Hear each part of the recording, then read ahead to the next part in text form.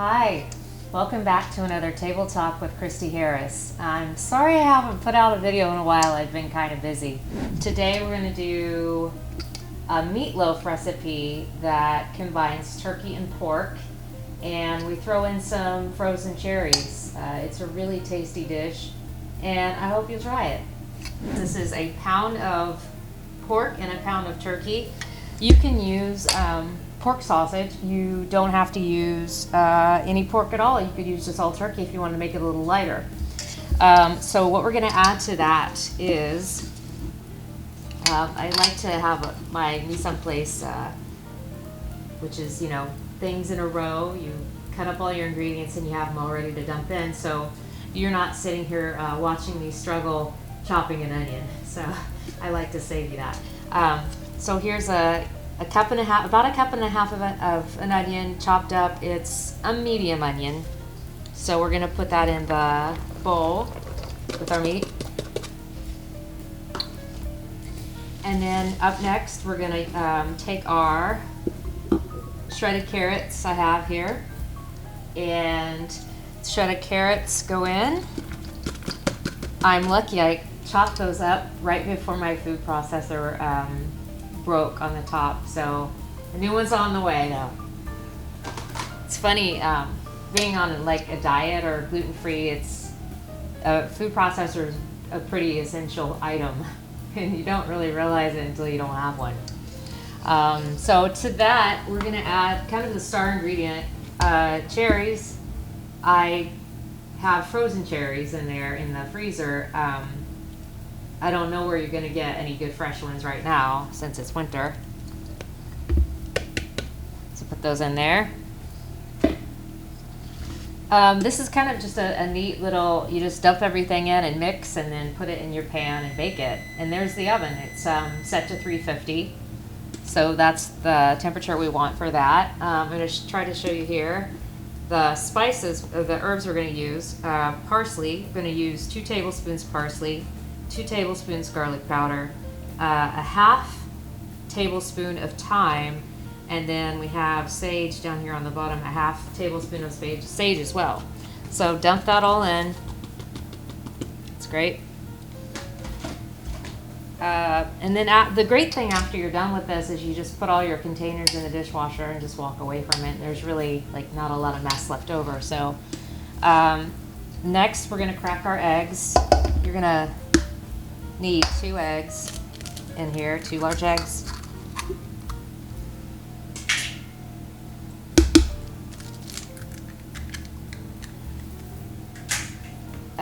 And then to that, we're going to add 4 tablespoons of coconut aminos and 2 tablespoons of balsamic vinegar.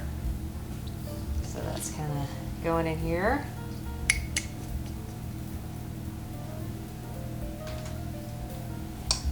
And then after that, we're going to add sort of the dry part of the meatloaf, and it helps bind with the egg. We're going to add some almond flour to make it gluten-free, and some gluten-free panko crumbs. You can find them probably at Safeway or a store like that. I got lucky and found a box of Grocery Outlet, so we're going to add all that in.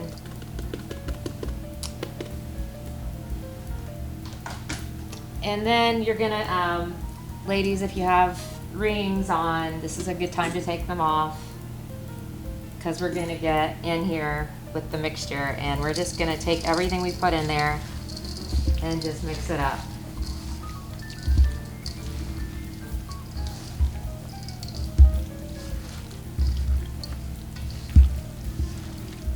If you are going to be using turkey sausage or pork sausage for this, you really don't need the sage or the thyme in there because it will be already kind of added in the sausage, in the packaged sausage that you do, so you don't really need it.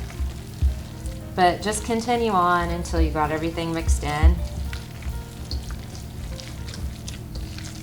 I just really like having everything all cut up and made up and put aside, and then I can just add in my ingredients and go. And this is a good recipe to prep ahead of time as well. We're just gonna keep mixing. It's also a great recipe to, we're all busy, you know, and cooking's not always gonna be a priority. So it's good to make these up ahead of time and bake them off, and then you can portion them out.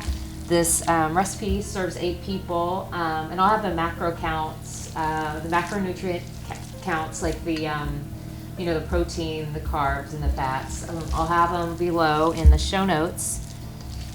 And so if you are on any sort of diet or watching your weight, you can log your calories right into MyFitnessPal, and it'll be all good. So yeah, I like to divide these up into 8 servings and freeze them in my little containers. So ahead of time, I prepared this baking sheet with lined with parchment paper. It's probably not going to stick with the pork content. It's probably going to be fine. However, we don't want a big mess in the pan, so I just went ahead and lined it. And I don't like to use foil. The reason being is when you cut into the slices, sometimes you get a little bit of foil, and that's not really pleasant. I don't know if you've ever bitten into foil, but it's kind of gnarly. So anyway, we're pressing it in. We're just gonna try to make it as even as you can throughout the pan. And what's wonderful about this recipe is you don't even need, like traditional meatloaf, you get a topping, but with this one, you don't really even need that. So, so this is what it looks like before it's gonna go in the oven. And we're gonna stick it in the oven, 350 preheated, make sure it's preheated. Okay, so now we're gonna put it in the oven for around 30 minutes. Okay, so I had a bright idea. While the meatloaf is in the oven, we could be sitting around watching Netflix, but let's make use of our time. Let's make a side dish while it's in the oven. So one of our favorite current side dishes is acorn squash. And I don't know if you've ever seen this bad boy, but they usually set him with the butternut squash and the spaghetti squash. And if you're a low carber, you know what both of those are. So we're gonna cut off the very end of it because that part's really not edible right there. And then I'm gonna cut it down lengthwise. And then you're gonna see all these little seeds, and we're gonna get a spoon and take those out. So I'm gonna come over to my sink and scoop these seeds out really quickly, best I can.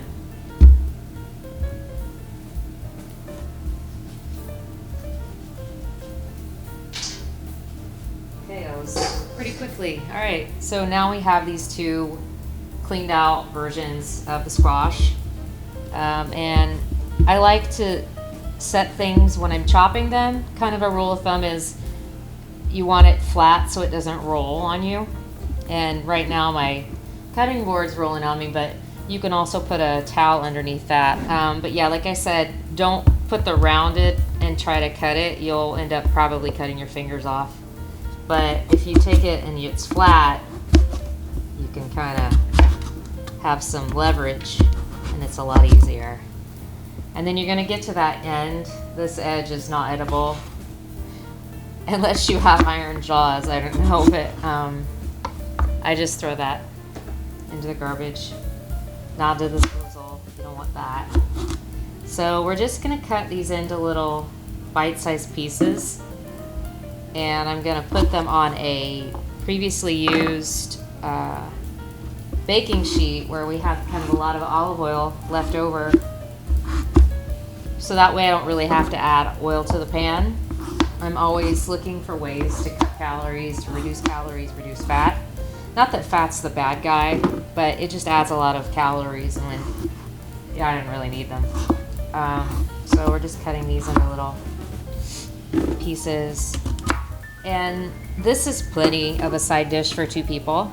If you have more than that in your household, you might want to consider buying 2 or maybe 3, depending on the size of the acorn squash. But I don't know what it is about acorn squash, but it's just delicious. It's not like a potato. I don't know, but I just really like acorn squash. And I like it. I prefer it to butternut squash as well. So if you've never had acorn, you should try it.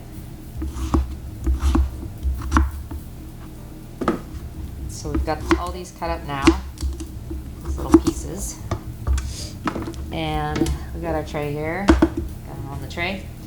And I have become accustomed to this avocado oil spray, as opposed to what I used to do was just drizzle a bunch of olive oil and then like not log it in my calories, and that was not a good idea. So anyway, just spray it liberally on there, because what you'll find is you don't really need a lot of olive oil to make these things. So go ahead and put them in the oven right along with your meatloaf at 350.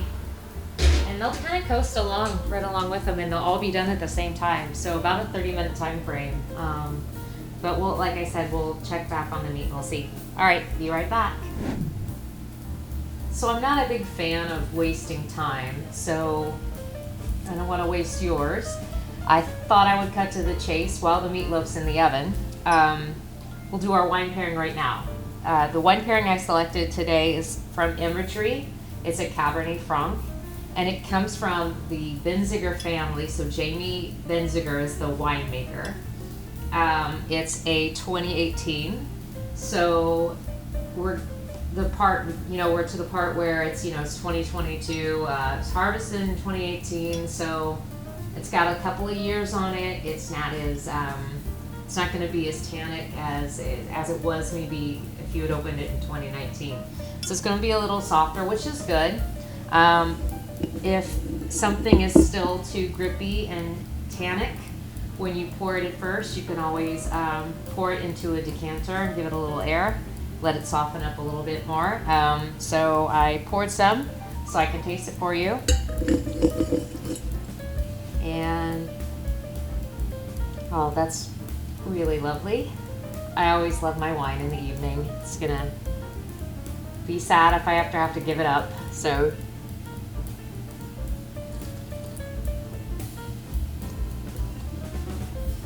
yes, very nice. So you get a lot of nice spice notes in the background, which is going to pair really well with our meatloaf.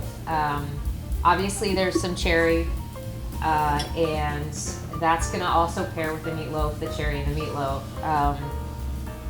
I don't know if you know this, but Cabernet Franc is actually the father of Cabernet Sauvignon. So, if you ever get tested on like a wine quiz, you will be coming out on top on that. I probably should have researched the wine a little bit better. I do know the winery is located in Sonoma County, and the wine labels are done by an artist in New Orleans. I'll show you the label. Artist is Anastasia Elias in New Orleans. So there's the bottle. And a closer look here. But yeah, this is a really good pairing. Another really good pairing would be Pinot Noir.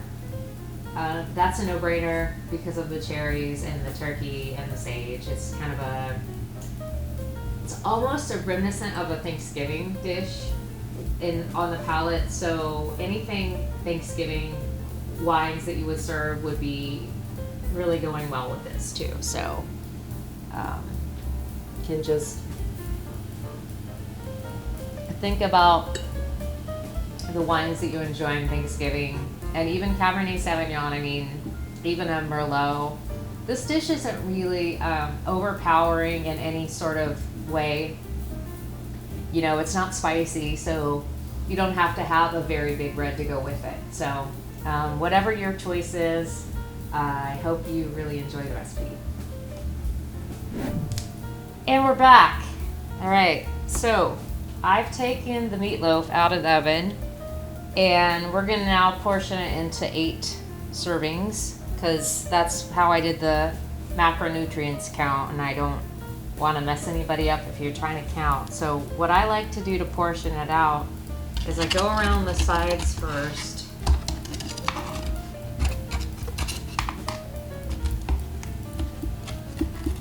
You gotta watch out, left-handers with a knife. I'm left-handed, so you gotta watch out for us. But I go right down the middle.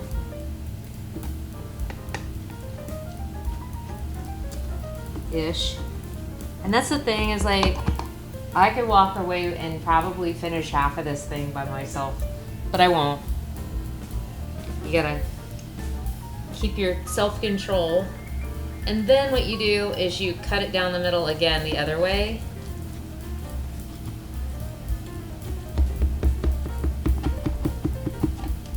And then you just divide it again, the same way you just cut. So that leaves you with 8 equal portions.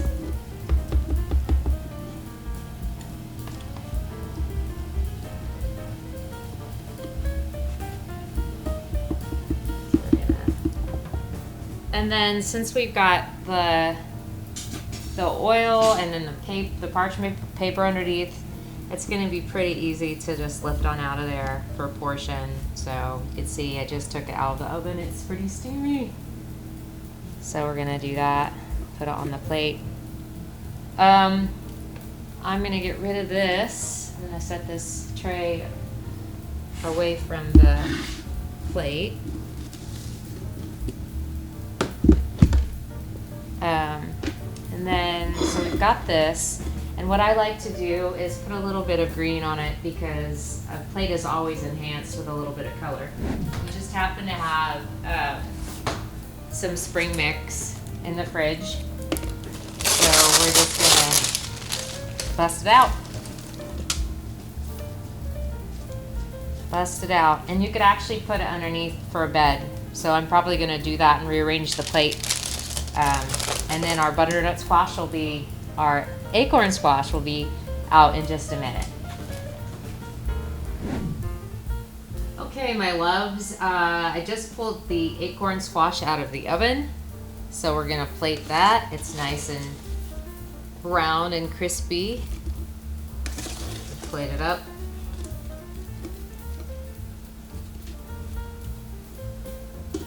And now you see we have a healthy dinner. A healthy, gluten-free, pretty much low-carb dinner. I'm gonna over there. Pretty good stuff.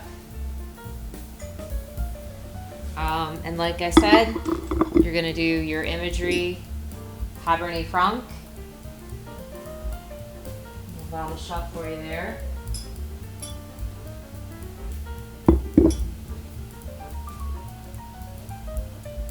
And since I haven't had anything to eat since about 9 o'clock this morning, let's taste it.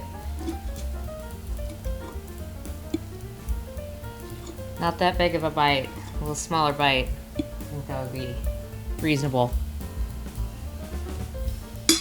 Oh.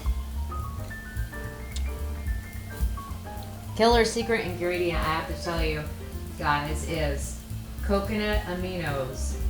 Google it if you haven't heard of it. It's just this flavor bomb, and it's better for you than soy sauce. There's a little bit less sodium, and it's made from like the sugars of a coconut. But the macros are good. It's low calorie, but it adds a lot of flavor and a lot of depth to all your recipes. Where maybe you're allergic to soy, or maybe you just don't want to have the soy sauce because it has soy in it. You can switch over to the coconut aminos, and you'll be pretty happy you did. It's just delicious. Cheers, everybody. I hope you make this recipe, and I hope you will pair it with whatever wine that you like the best. But you know, my recommendation is a Cab Franc. So I hope I'll see you again next time. Don't know when that'll be, but until then, cheers.